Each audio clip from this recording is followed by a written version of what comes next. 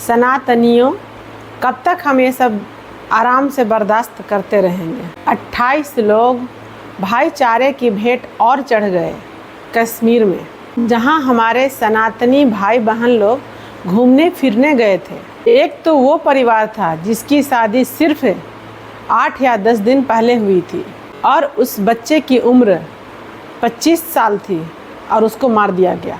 और उस लड़की को इसलिए छोड़ दिया कि जा तो अपनी सरकार से, मोदी जी से कह देना।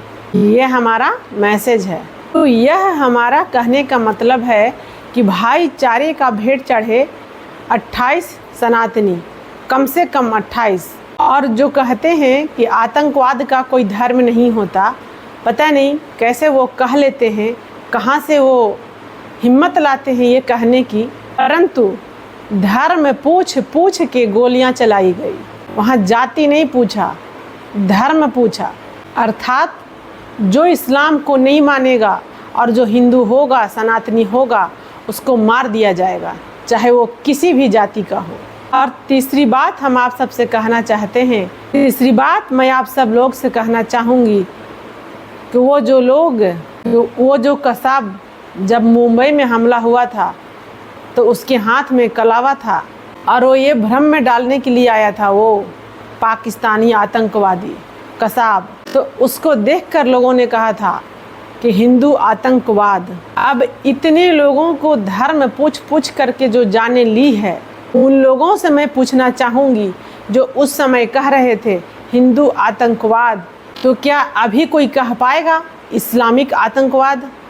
किसी में दम है, किसी में हिम्मत है सत्य बोलने की कि कोई कह सके कि हाँ इस्लामिक आतंकवाद है? यह हिम्मत जुटा पाएंगे या हम लोगों को भाईचारे के नाम पे यूं ही बलि चढ़ाते रहेंगे? मैं सभी पॉलिटिशियन लोगों से ये निवेदन करूंगी कि आखिर कब तक हमें चुप रहनी पड़ेगी। आखिरी बच्चा जब तक सनातनी मर नहीं जाएगा, एक एक सनातनी जब तक ख़त्म नहीं हो जाएंगे, तब तक हमें चुप रहनी पड़ेगी। क्या यही है हमारा देश का राजनीति? आप सबको अपने अपनी कुर्सी इतनी प्यारी है, हम सबको मरने के लिए छोड़ देंगे आप?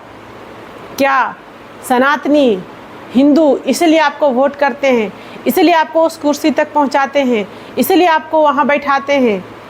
वहां बैठने के बाद हम लोग के साथ है कितना भी बड़ा अन्याय क्यों ना हो, सबको मार ही क्यों ना दिया जाए, परंतु आप लोग चुप रहेंगे, मौन बैठेंगे क्योंकि आपको अपनी कुर्सी प्यारी है? ज़रा सोचिएगा, समझिएगा और विचार कीजिएगा। धर्म ही नहीं बचा, हम हिंदू सनातनी ही नहीं बचे, तो आपकी कुर्सी कितने दिन बच पाएगी? कितने दिन तक आप उस कुर्सी पे बैठ पाओगे?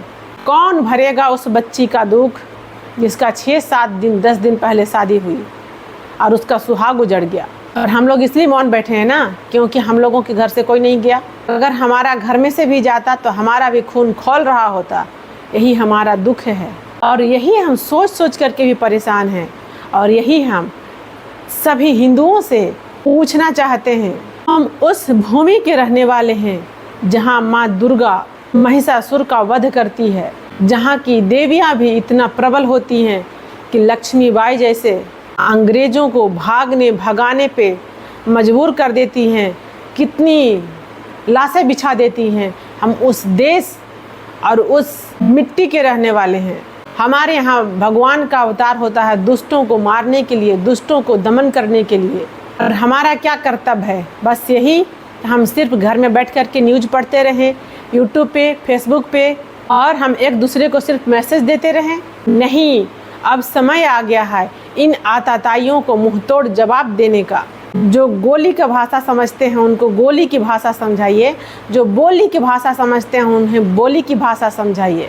बहुत सह लिया, अब न सहेंगे। हिंदू हक हम लेकर रहेंगे। अब हद से ज़्यादा हो रहा है, सीमा से ज़्यादा हो रहा है, बर्दाश्त से ज़्यादा हो रहा है। सीमा से ज़्यादा सहनशीलता हो जाती है तो सारे सहनशीलता हमारे अंदर ही नहीं आई है। सारे शांति का पाठ सिर्फ हम ही नहीं पढ़े हैं, सारे शांति का जिम्मेदारी सिर्फ मेरे अंदर नहीं है। सारा की सारा शांति दूत सिर्फ हम ही नहीं बन जाएंगे और ये शांति दूत का फर्ज सबको निभाना होगा।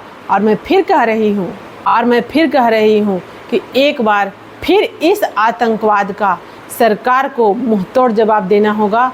और मैं प्रार्थना करती हूँ माननीय प्रधानमंत्री मोदी जी से, माननीय गृह मंत्री अमित शाह जी से कि आप जल्द से जल्द इसका मुंहतोड़ जवाब दें। 1 के बदला 100 से लें, 28 का बदला 2800। और मैं सभी राजनीति पार्टियों से निवेदन करूंगी कि इसका मुंहतोड़ जवाब दीजिए, अभी नहीं तो कभी नहीं। ऐसा जवाब दीजिए कि फिर कोई पाकिस्तान ऐसा हिम्मत ना करे, यहाँ तक कि पाकिस्तान का नामो निशान इतिहास से मिट जाए, ख़त्म हो जाए, उसका कोई नाम ही ना रहे। जय हिंद, जय भारत।